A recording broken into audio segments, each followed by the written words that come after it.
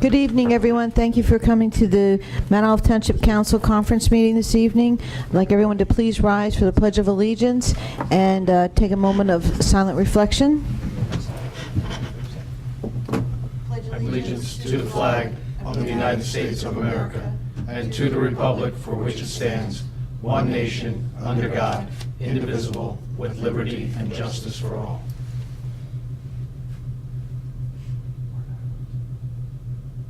Thank you. May all be seated, please?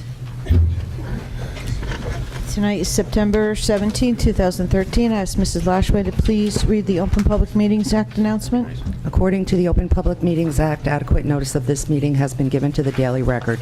Notice has been posted in the Municipal Building, 204 Flanders Drakestown Road, Bud Lake, New Jersey, and notices were sent to those requesting the same.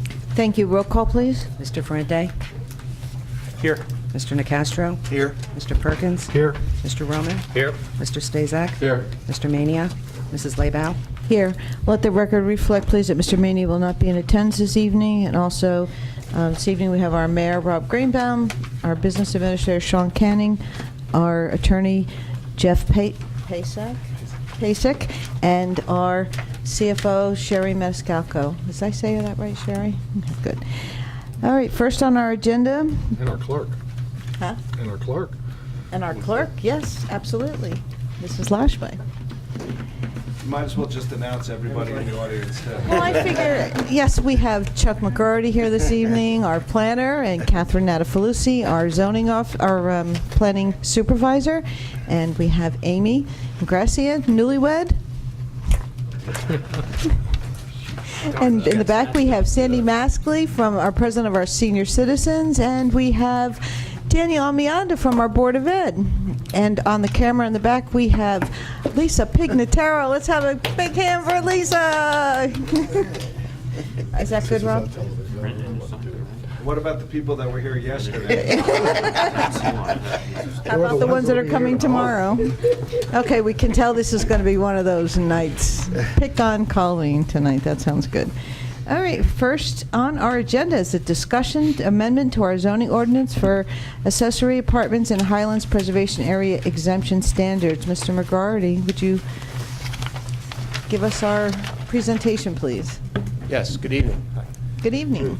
The two ordinances that you have for first reading this evening, the first is the, I don't know if it matters what order, but the accessory apartment ordinance.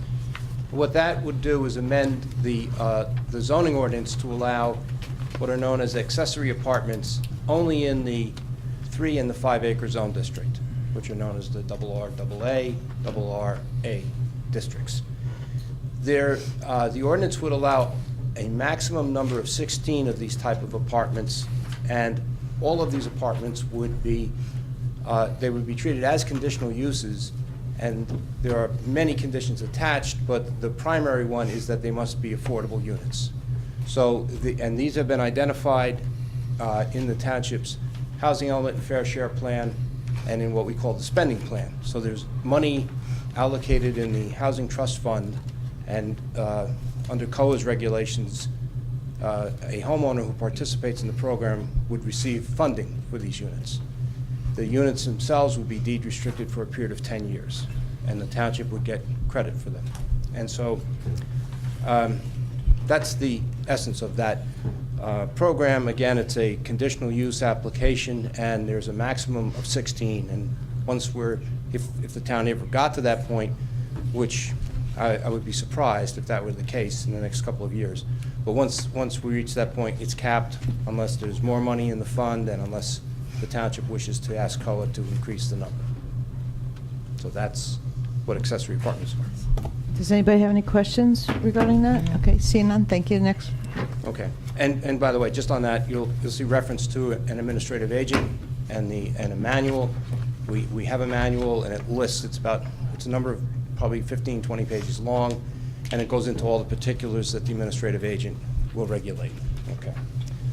The other ordinance is it's called the Highlands Exemption Ordinance.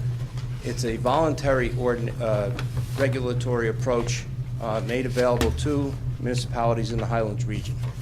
And Mount Olive has decided to at least bring it to your attention, and if you adopt it, what it will allow Mount Olive to do through Catherine's office will be to issue 7 of the 17 exemptions that are set forth in the Highlands Act. There was an agreement between the Highlands Council and New Jersey Department of Environmental Protection to allow municipalities to exercise this option, subject to the municipal parties getting what they call certification, and that has been done. I've been certified, Catherine has, Gene Brzezinski, the engineer, zoning officer Scott Van Ness. And the long and short of that is it's really a service to the residents and to the business people in the township. If any of those parties qualify under one of these exemptions, it cuts out a whole level of bureaucracy and review process and expense at the Highlands Council level or at the DEP level. So there are, I should say, in the ordinance, there are time limits which are imposed. There are additional fees that an applicant will have to pay, but those fees are nothing compared to what a person would have to endure if they had to go through the entire process. Chuck, what type of exemptions are you talking about? Like a typical, would it be the type of thing, I think Catherine and I had this discussion, is it like if somebody has a home and it's in the Highlands preservation area and they want to do repairs to the home? Is this the ordinance that covers that? Yes, although in some cases, the example you just cited, they might actually be exempt anyway. But the 7 exemptions are listed in the ordinance, and it's not a mistake. You'll see that it runs 1, 2, and then it goes 4 through 8. It omits 3, and there's a reason for that. 3 does not apply. I think perhaps the most, if someone buys, or there's a vacant lot, it's been in the family, they wish to build a house for son, daughter, sibling, whatever it may be, that's one of the exemptions that will qualify. We see frequent, I don't know if it's frequent or not, but ones that we have seen at the planning board level are typically businesses. In some cases, I suppose it could be a house as well. If they want to add on to the physical plant, and there's exemption number 4, which allows that, and that gets a little bit more involved, and it's a matter of analyzing what impervious coverage is on the site and what they're allowed to expand. The nice thing is that takes a long time when it goes through the state process, so if we can do it locally, it'd be much better. Good. And the others are, I think the others are the sort of thing that Catherine will see more frequently. People want to perhaps put a deck on or some other improvements, and they would qualify for improvements. And prior to this, they would have to go to the Highlands Council to get approval for that, and this eliminates that portion of it, correct? Yes, although some people would actually just have to go through the process in order to get a letter saying that they are exempt. Oh. So it was still cumbersome, time-consuming, and expensive.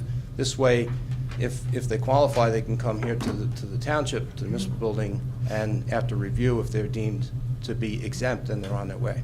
Excellent. Any questions from council?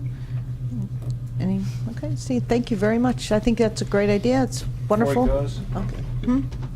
Chuck, can you give us an update on the Highlands redevelopment, where we stand in terms of the Route 46 corridor? Sure. What the mayor's referring to is we've applied to the Highlands Council for a grant, a planning grant, for 17 acres along the corridor of Route 46. The old municipal building, the municipal beach property is the heart of that area, and it encompasses lands or properties on either side of the highway. Maybe it's about a linear mile, about 17 properties. So it's the mayor wanted to really focus on cleaning up certain parts of the highway. We have abandoned buildings there. You're all familiar with them. Been there for many years. Underutilized properties. We have the beautiful lake and the beach area that has tremendous redevelopment potential. So we've put together a proposal. We submitted to the Highlands Council. We've asked for a grant, and they have reviewed it, worked with us, and we are scheduled this Thursday, tomorrow afternoon, I think 5 p.m. they meet, Thursday. I'm so anxious I can't wait another day. And we've asked for a grant, and they've proposed to give us a grant of $57,000 and then reallocate $22,000 from one of the other tasks that are involved. And that $22,000 will focus primarily on water quality issues. So we'll talk about runoff from the highway, improving the outlet to South Branch Raritan. So it's pretty exciting. We think it's going to be a tremendous project if we get it going, because it will promote redevelopment, promote restoration of properties, promote environmental protection of some sensitive areas. And I think it comes about, it'll be a source of pride for the township. So Yeah. I think it's a good thing. It seemed to me that the Highlands Council was looking favorably in terms of what we're doing in that area, proposing to do. Yeah, I hope so, Mayor. We got a favorable recommendation from their staff, otherwise we wouldn't have gotten to the public meeting. And the public comments that have been posted by ANJAC and some other organizations are all generally supportive. They want to promote, their particular focus is on certain things like environmental restoration and so on, and this is a situation where we're all on the same page, because Good. that's exactly what we want too. Yep. Good. Good. So hopefully Friday we'll have very good news on that front. Excellent. Thank you. Any questions from council regarding that? Okay, seeing none, thank you very much. Thank you. Good night. Greatly appreciated. Thanks, Chuck. Alrighty, next on our agenda, we have our best practices checklist. Mr. Canning? Is that- I'm going to defer to Sherry on that. I do want to congratulate her on a tremendous job. As you know, every year the state ties best practices to each municipality to the amount of state aid we receive, and yet again, Mount Olive's operating at the forefront of their best practices. We scored very high, and we don't anticipate any reduction in coming state aid, but I'll defer the details to Sherry. Excellent. Yeah, that's pretty much it, actually. Yeah. I mean, we could obviously go through the questions. There's like 50 of them. They ask anything from, do you have certain policies and procedures in place to, do elected officials? Are they required to take classes? Things like that. So we answered 44 yeses or perspectives out of 50. So we met enough.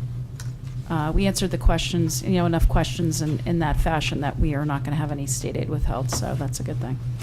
Excellent.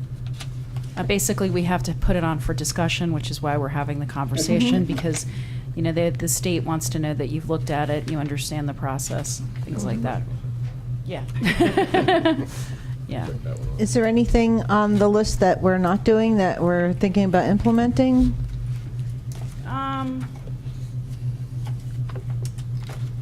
There's a few things Sean and I are going to get back to you about. There's like a key card program for purchasing that we're going to talk to you about. That's one of the things. Oh, good. Yeah, we'll talk about that in an upcoming meeting. I think other than that, some of the things that they ask for are just not things that we're going to do right now. They're not. We've talked about it. We're just not going to do them. So Yeah.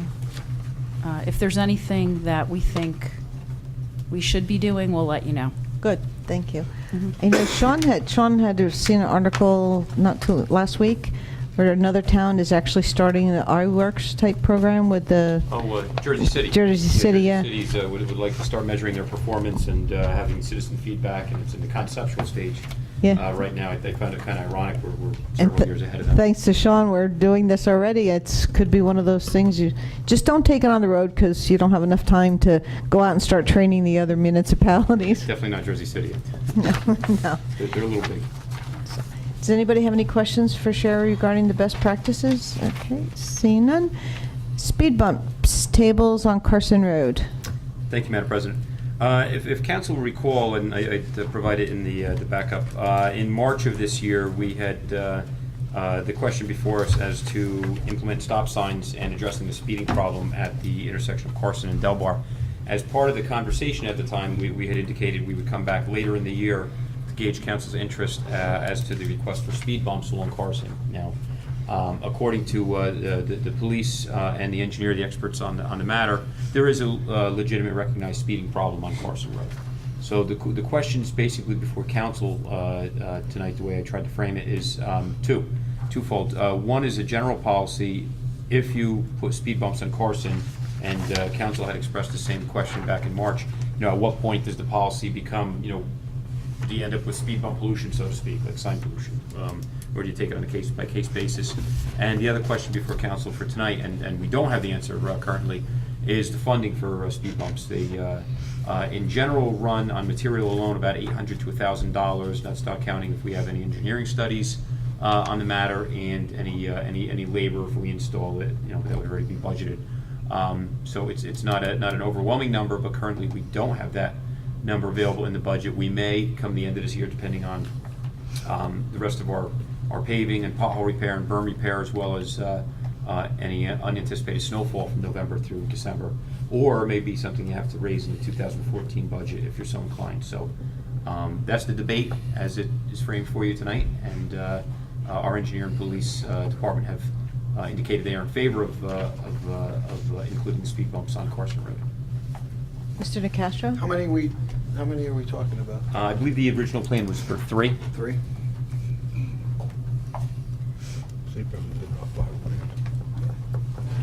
Sean, being that Carson has a little, it's not a level, straight road, will we have to do special engineering for it to make sure that, the stormwater and that type of thing goes, otherwise they'll just deteriorate the speed tables? I don't know the answer to that. I would imagine if council gave the go-ahead on this, we'd probably have to ask Gene Buzinski to either prepare a plan or update a plan if he has one on file. He gave an initial indication as to what he thought it would entail, but I don't have a firm plan yet from Gene. And I would imagine he'd have to take that into consideration. I think they taper the edges to allow for runoff, right? Yeah, I would think they would have to taper them and then, angle it so that it runs off and not, because otherwise we'd end up with a situation where we'd have an ice skating rink on the road before the speed table. So, anybody else? Mr. Ferranti? Yeah, so, most of you know I live in the Pershing Estates, so I'm familiar with Carson. I've seen the traffic and the speed of the cars that go through there, especially during the morning and afternoon school time, and this time of year with football practice. It gets pretty hectic over there. I know today is Parents' Night at Chester Stevens, so I was contacted by 13 homes already. Some of them wanted to make it today, they couldn't because of the Parents' Night, but they were all in favor of the speed bumps. I did, for full disclosure, I did have one resident who does not live on Carson who was against the speed bumps, but I'd be all for it. There's that neighborhood has seemed a bit of a turnover, where we have a lot more younger children that do walk to CMS or walk to the schools for practice or whatnot. So I think it would be a good idea for safety concerns. I know Sean mentioned, how far do we go with this? I mean, I think I would be in favor of speed bumps at least in school zones, and I think for the most part they're in that area. Right now on CMS they're on Sunset. From my understanding, when they were built in Sunset, the school buses took an alternate route now, so they go down Carson instead of cutting across, and that seems to be a problem. The buses are just as guilty of the speeding. I'm going to have to say the buses are probably worse because we got one that comes down our street, and I cannot believe how fast this bus driver drives. It's incredible, and I have a very narrow road, and it just whips right around, and I'm going to get that bus number and report him because it's really aggravating me. But no, I agree. Mr. Roman? I'm sorry, Mr. Franti, were you done? Yeah, I'm done. Yep. Mr. Roman? Sean, are you, do you have any statistics on far as speeding tickets issued in that area? No, the chief did indicate that, and this is pretty much factual for police operations, that they'll go up there and they'll start running radar and educate the public, and they'll start with warnings and then start issuing summonses. But as with other speeding locations throughout the township, as soon as the police pull out of there within a couple of weeks, it starts to reemerge again. It's a cyclical thing with trying to educate the motoring public, and you have more speeding complaints around town than we have available officers that constantly run radar or put in speed bumps or whatever speed calming device. But no, to answer your question, I have no firm traffic study from the police department. And are you aware of any complaints into the township of that area? Is it, just residents calling in? No, just a couple that I received from the residents. Most of these would, by nature, go to the police department for speeding complaints, so we've only received a few. Yeah, I mean, I for one am worried about, the precedent that we end up doing is, because I'm pretty sure there's going to be another resident that's going to come in and say, oh, in my neighborhood, there's a lot of speeding. And then I understand the within the school zone, I'm definitely cognizant of that, but this to me just seems like an enforcement issue. That's all I have. Mr. Nacastro? Well, I was going to say, I agree. The school zones, I mean, there's always ways to put, when issues come up, there could be parameters around it like we are with school zones, which I agree. But as we said in the past when we voted on these things, whether or not the council was in favor or police were in favor of it, the one thing I'm seeing is the police have not expressed objection to it, which leads me to believe that they know there's an issue there. There's a problem there, and it's just really something that the residents are concerned about. The police, again, are not opposed to it, and that's always been an issue we discussed. That, police oppose it, well, we shouldn't really go against it, and we've done, obviously, what we thought. But in this case, with the police not opposing it, it's a school area, and case-by-case basis, I think you have to look at it. If there's and there is a lot of traffic there is a lot of speeding through there, and it is the school zone, technically. Yeah. So, I don't have a problem looking into it further to see what we can do. Yeah, Mr. I believe Eric Anthony actually recommends the Yeah. speed bumps. So I don't think they're taking the position of not opposing Right. it, but they're right, this is their recommendation. My concern that I have, and I think Mr. Perkins is going to know right where I'm going when I start talking about the no parking on the streets at the high school. And what happened for us is that first there was one street, then the kids parked the next street over, then that street came, and then that next street, next, we just, like month after month, we were no parking, no parking, no parking. I don't know how many far out we are. With Pershing Estates, while I agree 100%, it's a neighborhood that's in the school zone. You have the school at the end of the neighborhood. Also, you have Turkey Brook Park. You have the football field. There's a lot of reasons why you have a lot of children in the area. The first street we put speed tables on was Sunset. And of course, what did everybody do, including the buses? Chose an alternate route. They chose Carson. They could now, if we do Carson with the speed tables, they're going to go Pershing or Washington or both. Washington would make more sense because it's less of an area. They'll speed down Washington and they'll only have one little tiny turn to get to the school.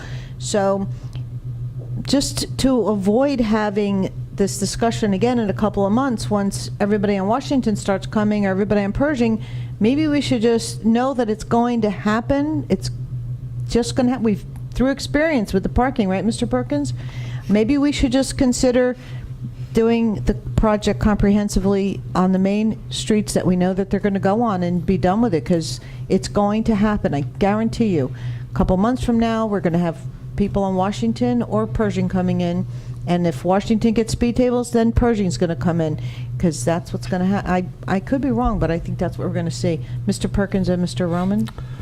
Thank you, Madam President. I concur word for word with what you said.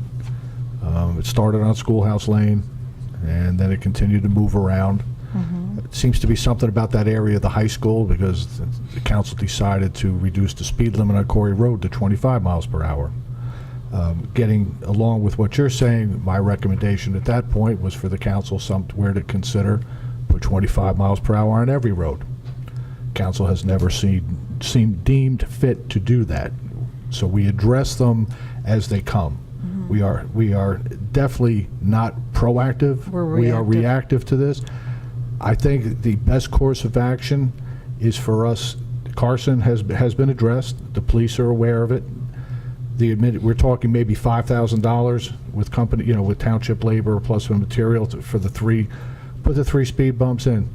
Again, if the buses and the cars now go down Washington or they go down Pershing, and those residents come in, they're taxpayers just like the rest of us. They have a legitimate concern, and then we have to address that. For us not to address it would be dropping the ball on our duty. So I think we should be addressing Carson. We should look at that, decide where we're going to go, if we're going to put the speed bumps in, knowing, as Madam President has already stated, we more than likely are going to get residents from other adjacent streets as more traffic gets pushed that way, and we will have to address that as those concerns come. Maybe it doesn't happen, but I think, I agree with you. I think it's going to, Madam President. And before Mr. Roman speaks, my point in saying that is, I would like to find out, would it be less expensive to take care of all the streets at one time rather than piecemeal? Because, you know, usually if you're taking care of, Rob's giving me a look, usually if you do it together, you're done, you're finished, but. If I could just interject, Mr. Rowan, one quick. The only problem with that, Madam President, is then if you put it on the street, and let's just say there's 12 residents on that street, Yeah, and 10 of them didn't want it, yeah, that's true. then They- those And 10 they come in won't and they want say, it. we did not ask for that speed bump, it's caused, Yeah. so where you have residents that Mm-hmm. come to us with a concern, it's been substantiated by our police department, I think we should address that particular Right, need at that I hear you. time. And they won't come until after people start speeding down. We have Mr. Roman, Mr. Stazak, and then Mr. Nicastro.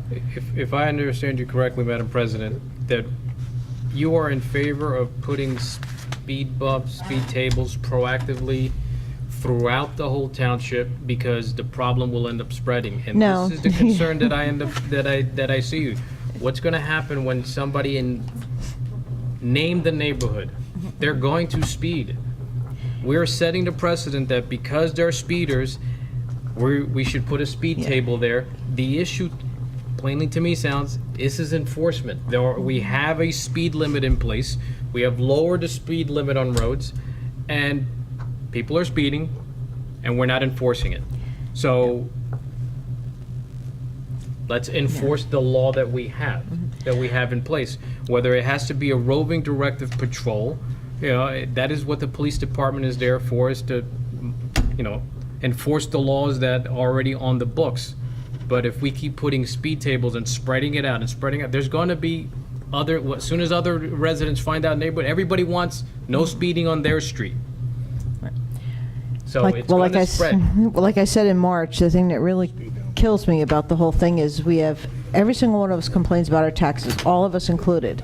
So we complain about our taxes, and you get people speeding down the roads, turns around, we have to spend money to slow them down because they're not being responsible, and then we're going to have to maintain the speed tables, and it's just but what I'm saying about that area specifically is because it is specifically a school zone, and I absolutely do not advocate putting speed tables on every street in town, but I do understand your correct. point. You have outlined the problem. The people that are being irresponsible, so because they're whatever percentage of motorists are being irresponsible, now we're going to affect the driving of everybody else Yep. who more than likely is being responsible. So instead of affecting everybody else, let's enforce the laws and target those that are being irresponsible. That's all I'm saying. Yeah. Mr. Stazak? First you educate, then you enforce, and then you engineer, in that order. I think we've educated and we put a speed trailer up probably. Tried enforcement because we can't be there every second of every day. No. It's impossible. Now you're gonna engineer, which is what the tables are gonna do. And that's your basic premise for Right. traffic calming. And again, I'm not in favor of putting this only where the data suggests that we need it. If the police department, I'm sure, has done their traffic surveys, the data suggests that they need it, enforcement hasn't worked, we need to take this by a case-by-case basis. Plus, we know that Carson is now a problem. Yep. And we have to act on the problem. We can't let it go because we know it's a problem. So Yeah. I think we just move forward with Carson Road, and we take each one as As it they comes come. with the data presented to us by the engineer and by the police department. And Mr. Roman? I have And not, Mr. Nicastro? I don't know about anybody else, but I haven't seen any data for Carson Road as far as, you know, speeding tickets as such. I mean, right now, They, this is. yeah, actually, they brought it to us They- when they put the stop sign on Delbar. They did the with And the they put the speed, with the speed side, but and I'm we- talking about tickets. Oh, tickets, yeah. And then they put the Because stop sign. if that's the case, you know, we should be putting a speed table on Route 46, because there's a speeding problem on Route 46. Is that what we're gonna do? We're gonna put a speed table on 46? No, you know, let's enforce it. We all know, you know, they're speeding on 46. So Yes, I remember Yeah. the study about the average car and in between. I remember that. Okay, so. So you're let me- asking for tickets. Where's the ticket study? That we are handing out tickets, because, I for one, I know I don't like getting tickets, and if I start knowing, hey, don't go down that way, because they're gonna issue tickets. And we have Mr. Nicastro and then Mr. Ferranti. I was just going to say with what Mr. Perkins was saying about the being proactive, one of the things I'd like to see regardless to be put in budgets, I am a huge proponent of those radar solar signs. Yep. Which I think are fantastic, because I know myself, as I've said, on Corey Road, and I see many people that have reduced speeds there because of those. And whether there's a camera on there that does something or not, that's also a deterrent that people know they're there. And I'd like to see budget going forward where we keep adding these to these towns, to these streets, because they are a deterrent. They are. And that would be a much better solution in the long run than all the speed bumps down the road for every. I'm glad you brought that up, because what I was just going to say, I understand, fully agree, we'll have to take it on a case by case, but if we put the speed tables on Carson, I would love to see those speed limit signs that's on Washington and Pershing, and try and maybe stop it or prevent it or slow it down. Maybe it'll be 5 years from now before we hear from it. I'm sorry, but I think that's a great idea. Mr. Franti? Yeah, I know last year I had referred a resident to Chief Spitzer, and then they put the directed patrol on, and he had results of the tickets and traffic stops and whatnot. So, I don't know if it's an official study or whatever, but he had the results. He did provide them at one point. And I don't recall in March when Eric was here if he had any traffic study then, but he did. That was when they recommended, I think, the yield sign at Del Bar. Right. Mr. Perkins? This will be, I promise this is the last I have to comment on this.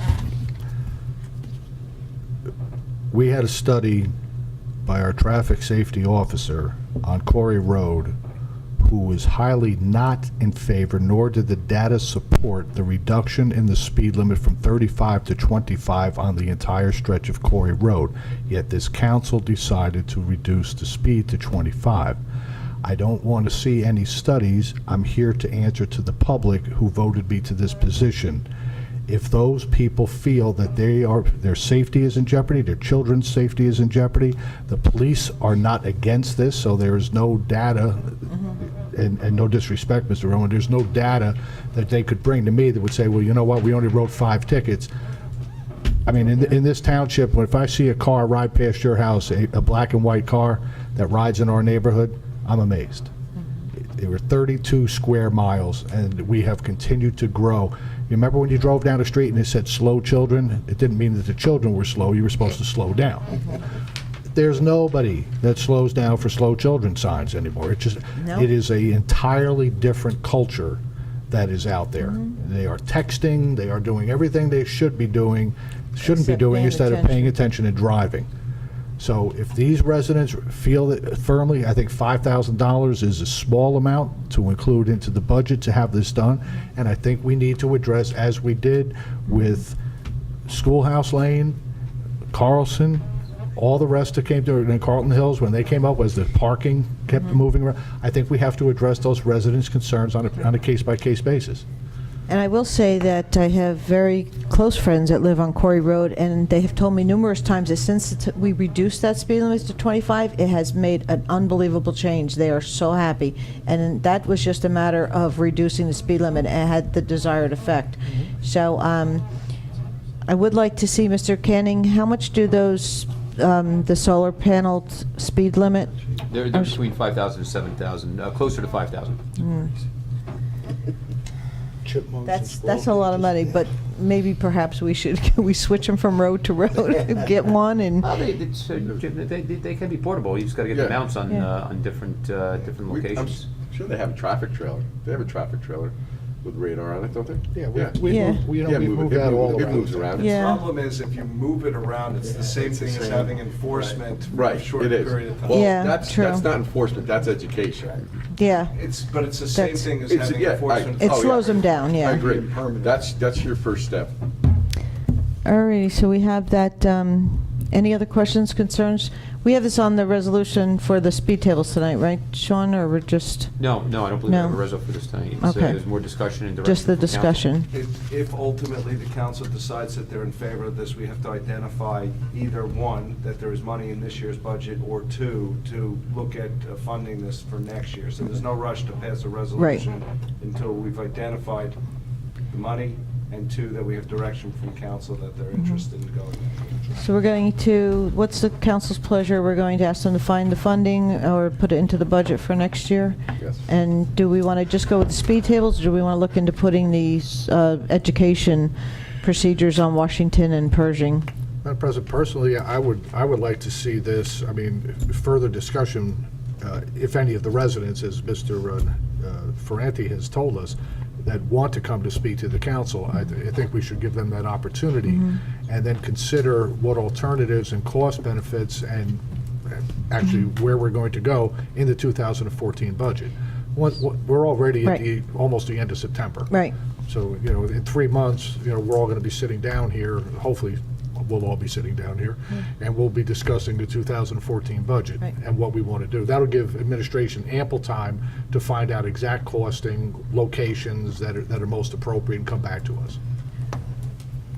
But we want to have the administration let us know when the funding would be available and the residents at the same time, or do you want to have the residents first and then go through that? I think you get the residents first, the council, I mean, trying to find the funding at the end of the year, even though it's only Yes. $5,000, is always going to be tough. So In we can- 2014, we could appropriate it into the budget. We can put it on the agenda for the next council meeting for the workshop, and do we want to send, can you send out notices to the residents, Mr. Canning? Yep. Is that enough time, 2 weeks, or should we plan it a month from now? No, I can get it 2 accomplished weeks? for the next meeting. Mr. Ferranti, what do you think, is that good for you? Yeah, no, I think that's fine. Okay, I so. think we would have had some today, except for the parents. Yeah, so. we probably wouldn't even have the discussion, and if we could have put it off to another. All right, so 2 weeks from tonight, we will make sure that the residents in Pershing Estates know that we're going to have the discussion. And actually, I would like if we could invite the supervisor for the Board of Ed Transportation Department, because I will say that I do know that the bus drivers do add to the situation. Maybe they should be available, maybe? Sean? No? No? We'll discuss it. Okay, let me know. Or maybe, My general thought is not. no? We'll just take bus numbers. We'll discuss it. All right, let me I know. mean, after we discuss it, you still want to invite the person, I just don't think that it's really what you want to do. No? I think you want to come to the decision as to whether or not the speed tables are warranted on Carson, and if so, then to give us direction to put them in. Sounds good. Any other discussion? All right, seeing none, 2 weeks from now, we will continue this discussion. Anybody have any questions, concerns, comments on? President, may I speak as a resident of Oh, Carson? I'm sorry, come on up. Public. I thought you were going to want to talk in 2 weeks, Sandy, when we do it again. I want to speak now. I'm opening the meeting to the public. Mrs. Maskley is going to speak regarding the speed tables. Good evening, everyone. You have to, your name and address for the record. I'm so too. sorry. My That's name is okay. Sandra Maskley. I live on 4 Carson Road in Pershing Estates. Have lived there for 33 years. And yes, you're right, the neighborhood has changed immensely. I moved here, my children were small. Well, they're gone. The neighborhood has changed, and we have very young children. We have infants there now, okay? As Mr. Ferranti said, and you almost took my whole speech, yes, there is a lot of traffic on there. Yes, we've had some of our police officers stationed out there, but you know as well as I do, as soon as they're gone, the speed is back there. And to correct something the Madam President said, the stop sign is not on Del Bar, it is on Pershing and Carson. Oh. And that ordinance was passed in 2003. It was implemented this year. There a time warp someplace? I mean, 10 years to put up a stop sign. Cindy, one second. Wasn't there one, No, didn't we we, have Yield sign. There's a yield- yield sign on Delbar? on Okay, I'm Delbar. sorry. There's a stop My sign, mistake, but it thank took you. 10 years to even implement it. Wrong. Yes, they speed, and the reason they speed is Carson, going from the school, is on a downhill. You're going to pick up momentum. Of course you are. But you shouldn't pick up momentum going up Carson as well. We have a state trooper that lives on Carson going up the hill. He has clocked somebody, and yes, he has given them a ticket. So the definite need is there. Do we need the speed tables? Yes. Do we need 3? I'd settle for 2. I would like some speed tables. My big problem is this. Somebody, it's not going to be my children, they're gone. Could be one of my grandchildren. It could be one of the new neighbors that have moved in. Someone's going to get hit. Someone's going to have an accident. And it's not only the school buses, yes, they're part of the problem, but I think the good problem is the people that are picking up their children, dropping off their children, out of sight, out of mind. You need these speed bumps, if nothing else, to stop the momentum of these cars going up and down. And I really, it's not a precedent. If we do it on our street, some other street wants it. You know what? If they have the problem, if their street is and that's our problem, our street is exceptionally wide. It's not narrow like Sunset. It's not narrow like Washington.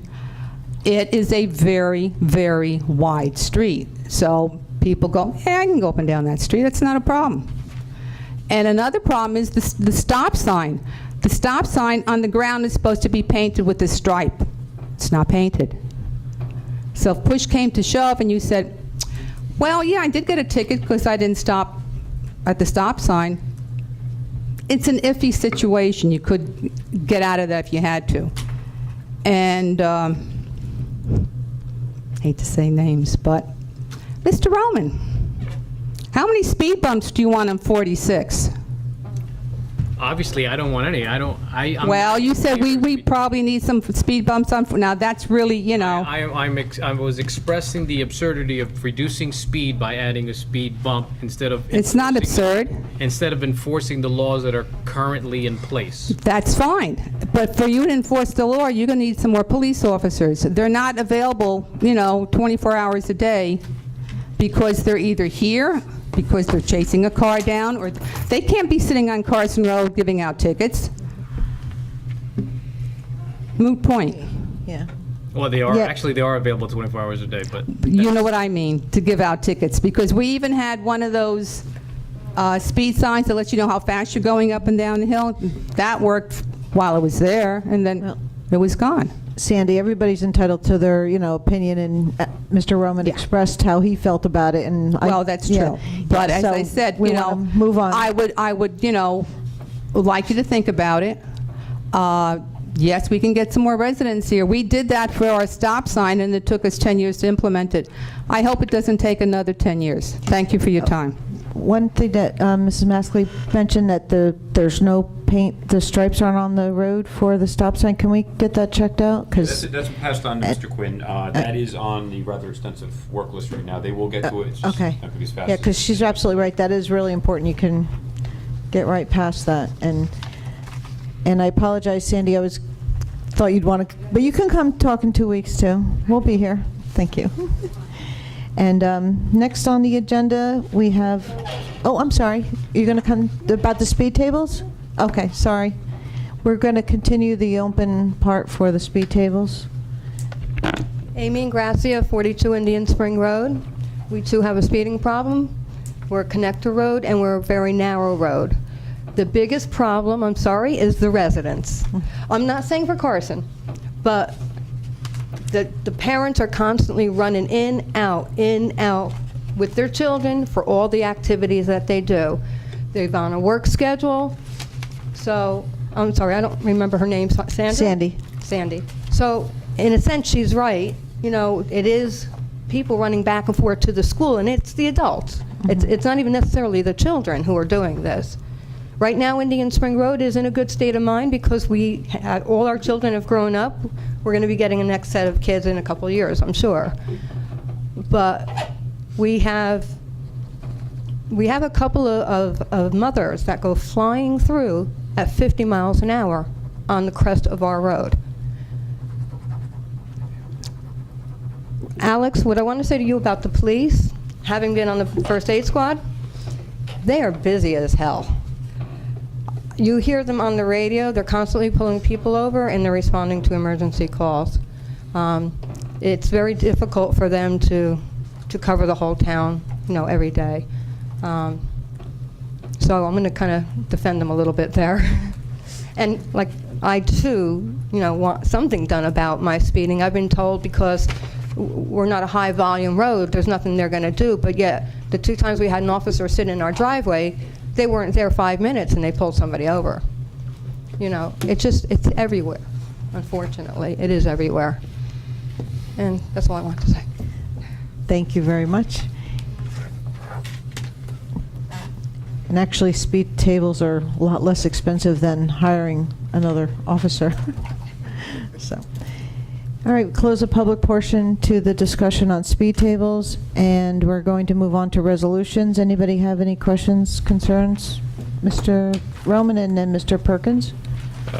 Sean, on the third resolution regarding the Vaso waste systems, are we on track to have it implemented on time? I believe. Yes. The reason being the construction of the trucks originally. When we awarded this, we were hopeful they were going to be delivered here around October. It looks like it's going to be around mid-November with the trucks. We'll have about 30 days of training, and we're hoping to roll out on December 2nd for the trucks. Now, the Vaso waste systems, the refuse can portion, we'll have time because as we've been going through, we were targeting first or second week of November. We will distribute those cans to every residence that will receive them in the township. So the Vaso waste systems, the reso for tonight should be pulled. We're amending the ordinance. We're going to replace this reso on the November 12th meeting, and we're going to be able to start distributing these cans on November 13th. What information program are we going to be implementing, and how are we going to roll it out to educate the residents? There's a couple ways. First and foremost, we hit all the major social media. I'm glad you asked. WRNJ, Facebook, we're really going to start ramping this up around mid-October. There's a mailing that's going out from Jim Lynch in DPW. It's a one-page front-back flyer giving everybody, this is the system that's coming and all the things we've been saying since last winter. With the cans themselves, there will be directions. The same flyer will be in there. What do I, how do I put this out there? I'm confused. Where do I put it in front of my house? Both Tim Quinn, Jim Lynch, and myself have all committed that as we get complaints coming in, if we're busy, we will go directly to the residents. We will help them. We'll spray paint a mark on the road in front of it. And there has been some sentiment of, gee, I have some bushes and shrubbery, and my car is parked here. Where do I put my can? We'll go right to the residents and help them out. We need just 3 feet for that can to work. So, hand deliver of the flyers, mailing of the flyers, Facebook, social media, radio. Plus our website. So right around mid-October, you can see this ramp up. We're going to try to keep it fresh in everybody's mind because from mid-October to December 2nd, we're talking about 6 weeks.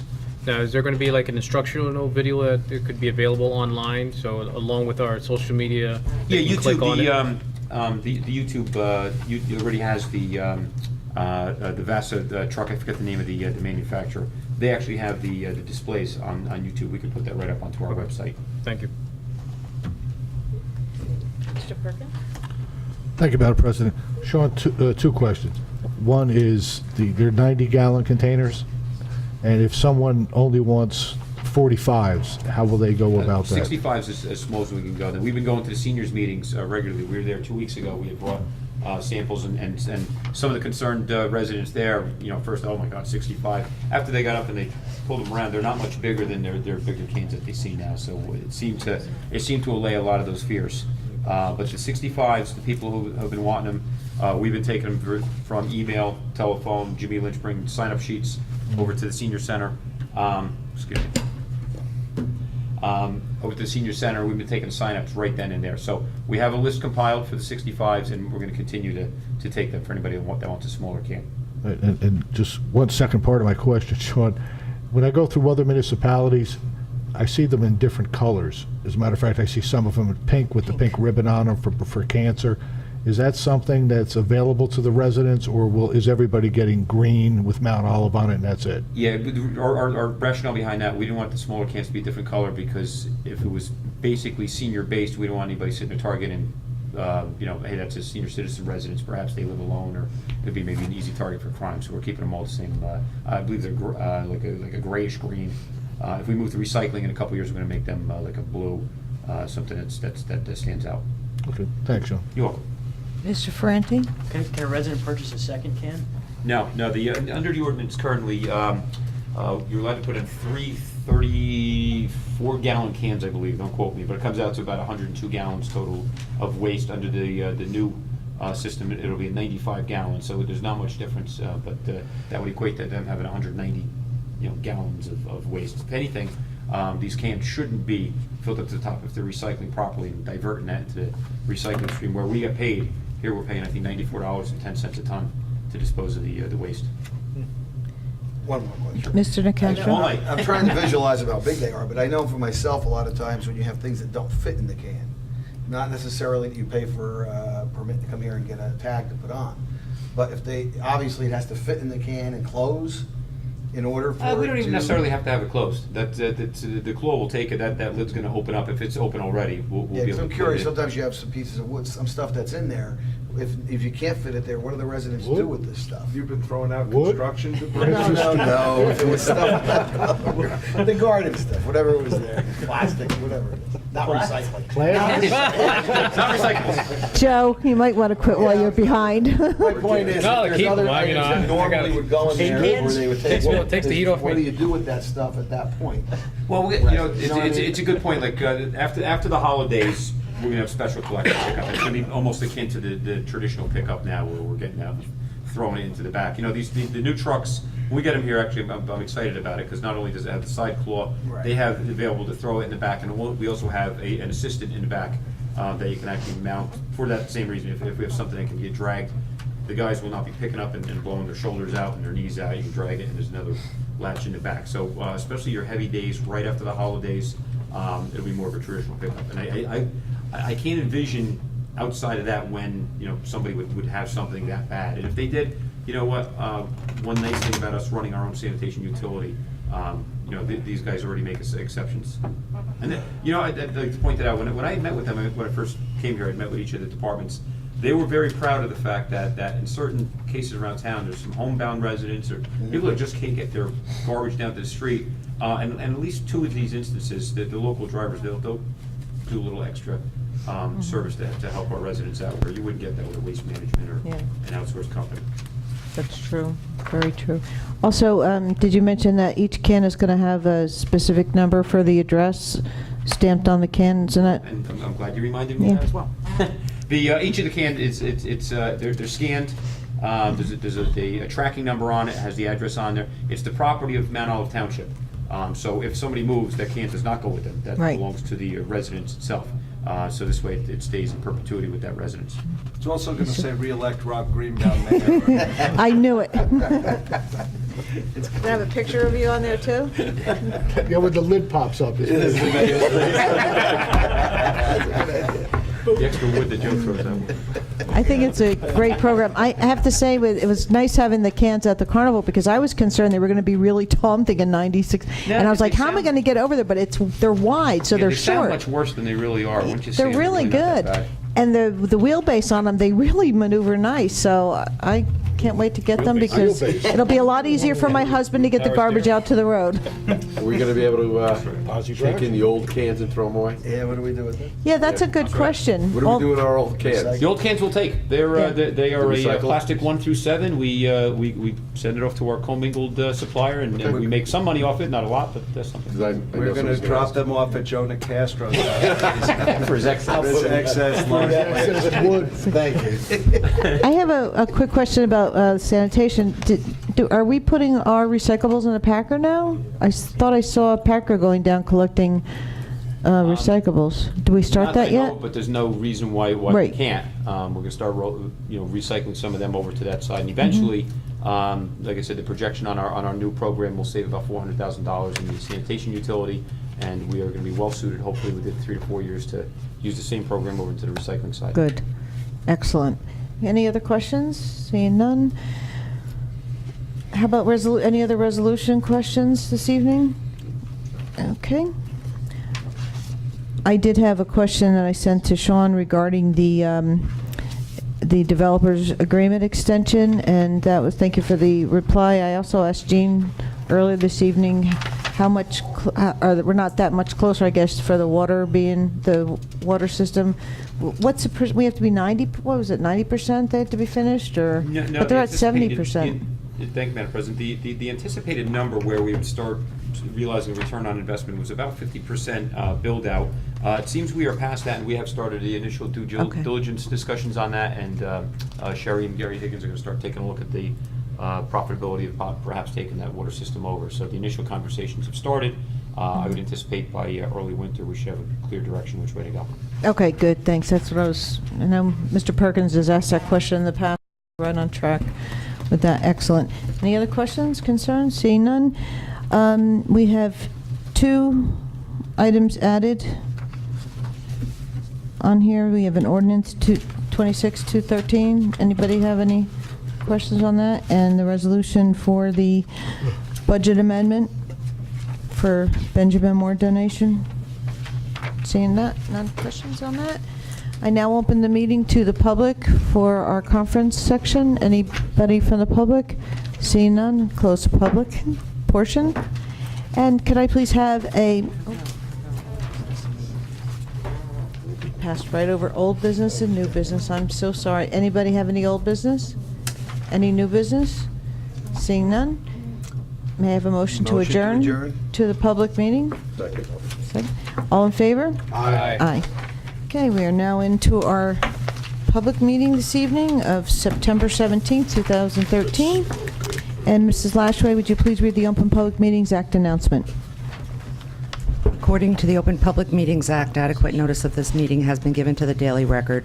Notice has been posted in the Municipal Building, 204 Flanders Drakestown Road, Bud Lake, New Jersey, and notices were sent to those requesting the same. Thank you. Roll call, please. Mr. Frente? Here. Mr. Nacastro? Here. Mr. Perkins? Here. Mr. Roman? Here. Mr. Stazak? Here. Mr. Mania? Mrs. Laybow? Here, and also that the record reflect that Mr. Maney is not in attendance this evening. And I just want to state that I try to skip over something at each meeting to see who's paying attention, and they recognize what I missed. Sound good? No. Rob's giving me that look again. I forgot what you said. So bad. We already had our Pledge of Allegiance and our moment of silence during our workshop, and I want to have approval of minutes for previous meetings. Mr. Ferranti. Sure, I move to approve the September 3rd, 2013 workshop, public meeting, and closed session minutes. Any Second. questions? Thank you. Any questions, concerns? Seeing none, roll call, please. Mr. Frente? Yes. Mr. Nacastro? Yes. Mr. Perkins? Yes. Mr. Roman? Yes. Mr. Stazak? Yes. Mrs. Laybow? Yes. Thank you. And next on the agenda, we have our correspondence. We have 16 pieces of correspondence. Would anybody like to address any of our correspondence?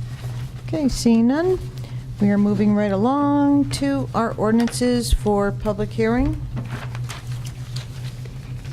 Okay. Ordinances for first reading. Ordinance number 24-2013, an ordinance of the Township of Mount Olive, County of Morris, State of New Jersey, to modify Chapter 400 Land Use to add a new section to be known as Article 10 Highlands Preservation Area Exemption Standards. Mr. Nacastro, would you please move that for Thank us? you, Madam President. I move ordinance number 24-2013 to be introduced by title and passed on first reading, that a meeting be held on October 8th, 2013 at 7 p.m. at the Municipal Building, 204 Flanders Drakestown Road, Bud Lake, New Jersey, for a public hearing, consideration of second reading, passage of said ordinance, and that the clerk be directed to publish, post, and make available said ordinance in accordance with the requirements of the law. Thank you. Second. Thank you. Any council discussion? Anybody from the public? Seeing none? Roll call, please. Mr. Frente? Yes. Mr. Nacastro? Yes. Mr. Perkins? Yes. Mr. Roman? Yes. Mr. Stazak? Yes. Mrs. Laybow? Yes. The next item on our agenda for first reading is ordinance number 25-2013, an ordinance to amend and supplement the RR-AA and RR-A rural residential zone districts in Chapter 14 Land Use to establish a new conditional use to consist of accessory apartments exclusively for the implementation of Mount Olive accessory apartment program in accordance with Township's third round housing element and fair share plan and spending plan. Mr. Perkins, would you please move that for us? Yes, Madam President, I move that ordinance number 25-2013 be introduced by title and passed on first reading, and that a meeting be held on October 8th, 2013 at 7 p.m. at the Municipal Building, 204 Flanders Drakestown Road, Bud Lake, New Jersey, for a public hearing, consideration of second reading and passage of said ordinance, and that the clerk be directed to publish, post, and make available said ordinance in accordance with the requirements of the law. Second. Thank you. Any council discussion? Seeing none. Anyone from the public? Seeing none. Roll call, please. Mr. Frente? Yes. Mr. Nacastro? Yes. Mr. Perkins? Yes. Mr. Roman? Yes. Mr. Stazak? Yes. Mrs. Laybow? Yes. Next item on our agenda for first reading is ordinance number 26-2013, ordinance amending Section 3 and Section 6B of Bond Ordinance numbered 1-2013 of the Township of Mount Olive in the County of Morris, New Jersey, finally adopted February 5th, 2013, in order to amend the appropriation and authorization amounts and the average useful life. Mr. Maney is not here. Mr. Stazak, would you please move that for us? Yes. I move that ordinance 26 for 2013 be introduced by title and passed on first reading, and that a meeting be held on October 8th. October 8th, 2013 at 7 p.m. at the Municipal Building, 204 Flanders Drakestown Road, Bud Lake, New Jersey, for public hearing, consideration of second reading, and passage of said ordinance, and that the clerk be directed to publish, post, and make available said ordinance in accordance with requirements of law. Second. Thank you. Any council discussion? Seeing none. Anyone from the public this evening? Seeing none. Roll call, please. Mr. Frente? Yes. Mr. Nacastro? Yes. Mr. Perkins? Yes. Mr. Roman? Yes. Mr. Stazak? Yes. Mrs. Laybow? Yes. Next on our agenda is our consent resolutions. Would anyone like to remove one of the consent resolutions to non-consent? Sean, is resolution number 3 being removed? Yeah, we'd like to remove number 3. Sorry, I didn't catch that. Okay. If you could. All right, we're removing resolution number 3. And can I have Mr. Roman, would you please move consent resolutions 1 and 2 and 4 through 8? I move for approval consent resolutions 1, 2, and 4 through 8. Thank you. Any council Second. discussion? Thank you. Yeah, John's usually, you guys have to step it up. John's like usually He's done. seconding those and. Making all these hand signals back here, trying to get these in. Anybody have any discussion for our resolutions this evening? Anyone from the public like to discuss any of the resolutions? Okay, seeing none, roll call, please. Mr. Frente? Yes. Mr. Nacastro? Yes. Mr. Perkins? Yes. Mr. Roman? Yes. Mr. Stazak? Yes. Mrs. Laybow? Yes. Mr. Stazak, would you also please move the bill list for us? Yes, Madam President. I'd like to move the bill list for the month for passage. Second. Thank you. Any discussion on the bill list? Anyone from the public like to discuss the bill list? Seeing none, roll call, please. Mr. Frente? Yes. Mr. Nacastro? Yes. Mr. Perkins? Yes. Mr. Roman? Yes. Mr. Stazak? Yes. Mrs. Laybow? Yes. Administrative reports, Mr. Mayor. I'll start, and then Sean will finish up.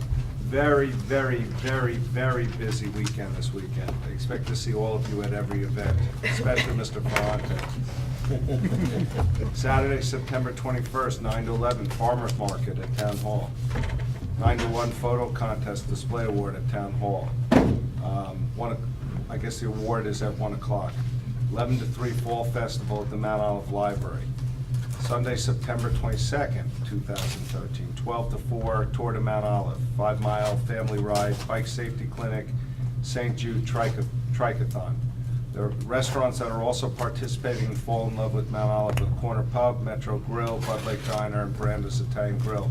6 p.m., there's a wine tasting at Enzo's Restaurant. I've already booked the table, I think, for 8 people at 7 o'clock. I think it's not just a wine tasting, but a dinner with wine tasting. So hopefully I'll see you all at Enzo's on Sunday night. Excellent. Sean? Thank you, Mayor. If anybody's driven by Flanders Drakestown lately, the Baptist Church is starting to look a lot better.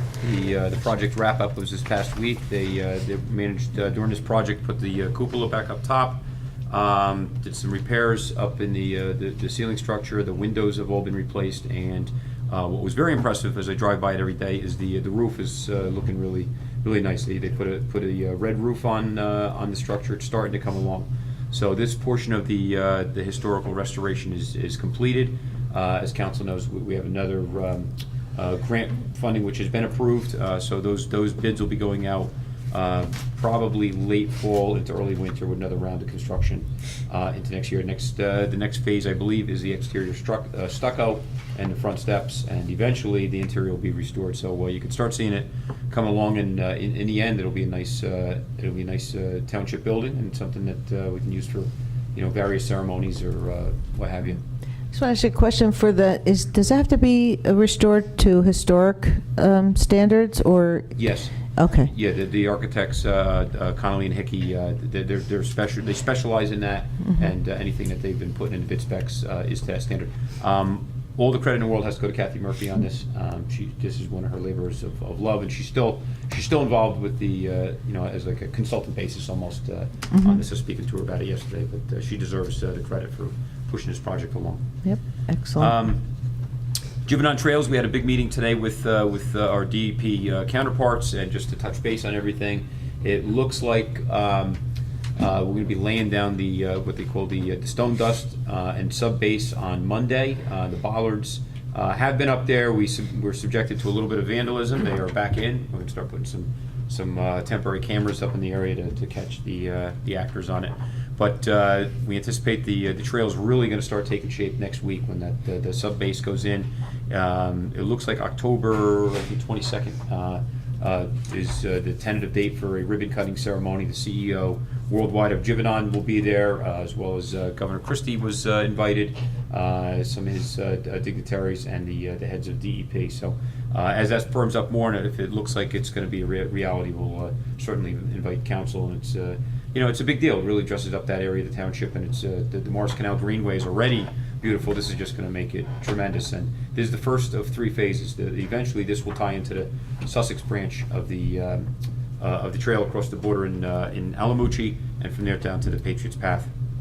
DPW Doug Fillauer has retired. He was our foreman in roads. Right now, we are conducting a search in-house among all our disciplines for a new roads foreman. In the meantime, Jimmy Lynch, I am very proud to say, has stepped in and is knocking out iWorks calls left and right and really catching us up. It's been a very difficult year for DPW. We know we had a lot of damage from Hurricane Sandy. Because of the cleanup, that put us behind the 8 ball all year, and he's trying his best to get us up to speed before the winter comes, and we're going to anticipate a new roads foreman being named about December 1st. Siemens large pre-construction meeting today. The developers' agreements, they complied with everything. It was signed. Siemens is going to break ground tomorrow. They're very anxious to get this project moving, and we're very happy to see this project take off. There's a lot of work behind the scenes. In the end, it's a tremendous benefit to the township, and we're very happy Siemens chose New Jersey rather than our competitors in the Midwest. And lastly, Weiss looks like they took out the permits. They're going to be coming into Sutton Plaza rather soon. We're anticipating between now and the start of January 2014, thereabout. Excellent. Anybody from council have any questions for the mayor, business administrator? Okay, seeing none. Next on our agenda, we have old business. Okay, seeing none. New business. We have our legal matters. Mr. Thank you, Madam President. Just one item tonight, just an update on the Dreamland Amusements action. They've retained counsel. They've filed an answer in the matter. We've started to engage in discovery with them. We'll keep the council updated on any developments in this matter, and there's nothing else right now until the executive session, Madam President. Discovery's limited to interrogatories and requests for documents, correct? It is. So there won't be any depositions? We're actually contemplating trying to take a deposition. Oh, I was interesting. speaking with Fred about that today. All right. I think you have to get leave of court to. Mhm. Alrighty. Council reports. Mr. Franti? The Bud Lake Fall cleanup is scheduled for October 12th from 9 a.m. to 11. They will be cleaning up the Route 46 shoreline from the boathouse to the beach. And as the mayor said, this Saturday is the Fall Festival at the library from 11 to 3. I will be there, and I will be at the farmer's market as well. Excellent. Planning Board, Mr. Mania is not here this evening, or senior citizens. I would like to just, for the Planning Board, Thursday night, they had a business, Tom Messina from State Farm was there for, he's having a new sign put up, and he had told me that it was a very nice experience. The board was very pleasant, complimentary, and he said it was just absolutely wonderful. So I like to hear that, where we have our boards are showing our business owners how much we care about them. Mr. Mayor? Yeah, just one other issue that's being addressed by the planning board, which is an interesting issue, involves the Flanders Tennis and Swim Club that's looking to put up a bubble for indoor soccer / lacrosse / baseball for a 9-month period during the year. So it's a temporary structure. It's appropriate for the zone, but they need a variance because of the height. So there's been some neighborhood objection based upon the height, which I think is about 50 feet. And that has gone to 2 sessions so far, and likely to be concluded at the next planning board meeting. So if anyone has any interest on that, about that, I'm more than happy to get whatever information you need from planning board chairman. I had somebody made a comment to me saying that they were opposed to it because, being a temporary structure, we wouldn't receive taxes on it. And my response to that was, but makes the business, bring in more business, and you receive, more people coming into the area and visiting our businesses and so on and so forth. I mean, what's your take on that? It's a structure that's basically going to have one field in it, so I don't imagine it's going to be bringing in too many people into the town. The objections have been scattershot to date in terms of traffic, in terms of obviously the height of the building, which I believe is an appropriate objection. Obviously, there will be time restrictions on the use of the property, similar to the time restrictions which are throughout the township, that, at 10 o'clock, the building is going to be closed. People, there's always an argument when someone wants to change something in your neighborhood that they don't want it. But ultimately, I feel that it will be a benefit to the residents of generally to the residents of Mount Olive, and that there will be a facility for rent during the winter months to do whatever, whether it's soccer, lacrosse, private parties, whatever the case may be. During the months that the bubble is down, there'll be another turf field in town that will be available for rent. And I know that the owners of the facility have also indicated that they would work with the township in terms of any open timeframes. It's obviously a for-profit business. And several years ago, we changed that zone to a recreational zone, so it's an appropriate use. But, to me, the major valid complaint with respect to what they're looking to do is the height of the building. But, if it's near your house, it's the same objections that we kind of fought when they wanted to put the lights in at Flanders Field. Yeah. And, even some of the same objections that we heard with Siemens, it really is not in my backyard kind of argument. I don't know where it's going to go, but I don't sit on the planning board, so I will report back, or Mr. Mania will report back in terms of the ultimate resolution. Sounds good. Next on our report list is Mr. Nicastro. Yeah, Madam President, I apologize. I wasn't at the meeting last week for open space, but I left the report. I don't have it here with me, but there was discussion of the trails, and Mr. Canning addressed some of the questions they had this week. cleanup and stuff at Turkey Brook Trails being worked on, and basically that's what the meeting was, discussing the trails and cleanup and stuff, so.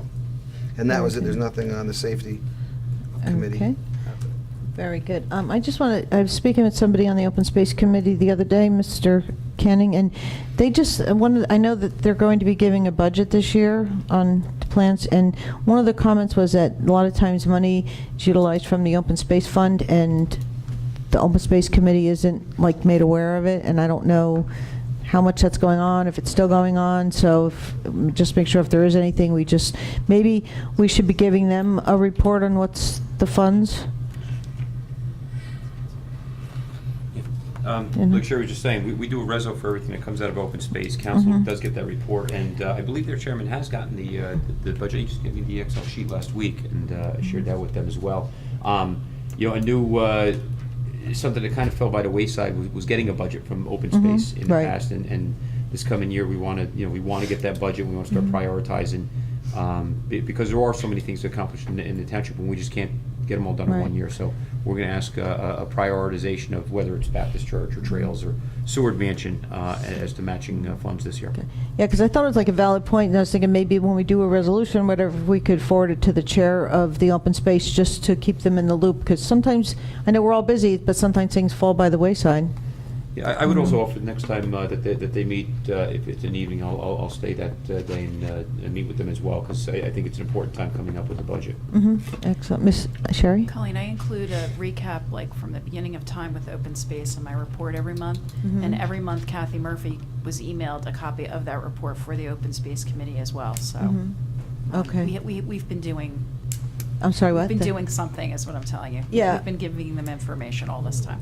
Just passing You know on what's a interesting, though? comment. We don't really spend money out of the open space, and what monies we have spent generally have been at Kathy Murphy's request. So it's And really there's- difficult yeah. for me to understand Right. any complaint that they're not aware of what's. It wasn't being so much a spent. complaint, it was like more of a comment, and it could be maybe a breakdown in communication, but I figured we're talking about open space, I'd bring it up. The money that's being spent out of open space generally is by Kathy Yeah. Murphy's request. And a lot of it's year after year the same thing, with the, Turkey Brook Park with the, there's some things we've been doing standard as far as the bond repayment for Turkey Brook Park. Yes. So there's not a lot of changes going on either. No, there's no changes. That's what There haven't been any changes. I'm agreeing with you. Okay. So, thank you.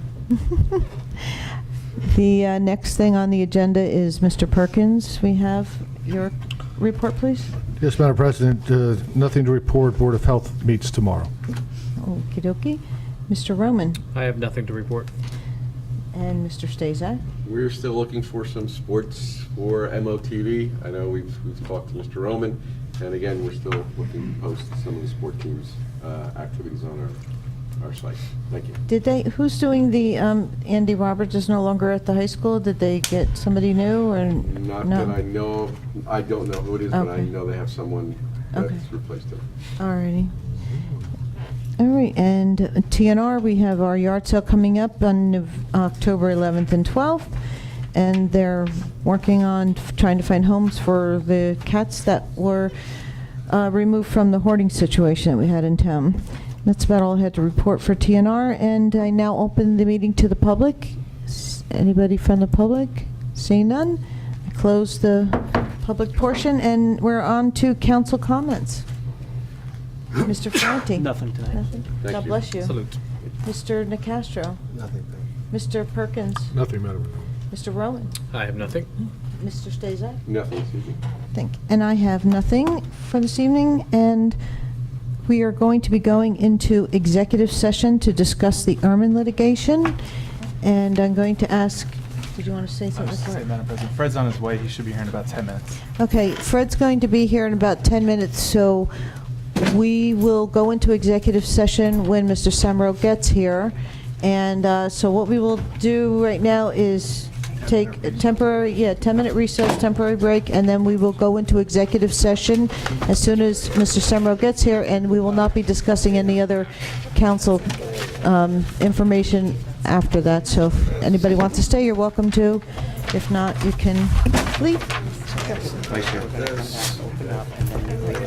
After the, open the meeting again to executive session.